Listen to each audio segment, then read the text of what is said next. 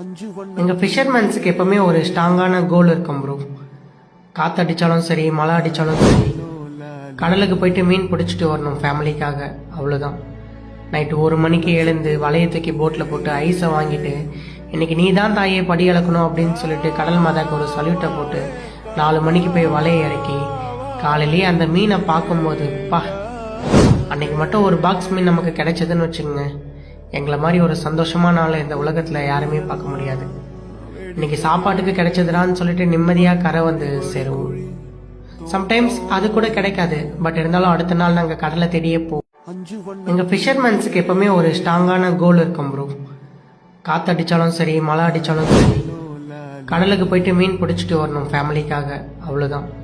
Night 1 மணிக்கு எழுந்து வலையை தூக்கி போட்டில் போட்டு ஐஸை வாங்கிட்டு, இன்றைக்கி நீ தான் தாயே படி அளக்கணும் அப்படின்னு சொல்லிட்டு கடல் மாதாக்கு ஒரு சல்யூட்டை போட்டு 4 மணிக்கு போய் வலையை இறக்கி காலையிலேயே அந்த மீனை பார்க்கும்போது அன்னைக்கு மட்டும் ஒரு பாக்ஸ் மீன் நமக்கு கிடைச்சதுன்னு வச்சுக்கோங்க, எங்களை மாதிரி ஒரு சந்தோஷமான நாள் இந்த உலகத்தில் யாருமே பார்க்க முடியாது. இன்னைக்கு சாப்பாட்டுக்கு கிடைச்சதுடான்னு சொல்லிட்டு நிம்மதியாக கரை வந்து சேருவோம்.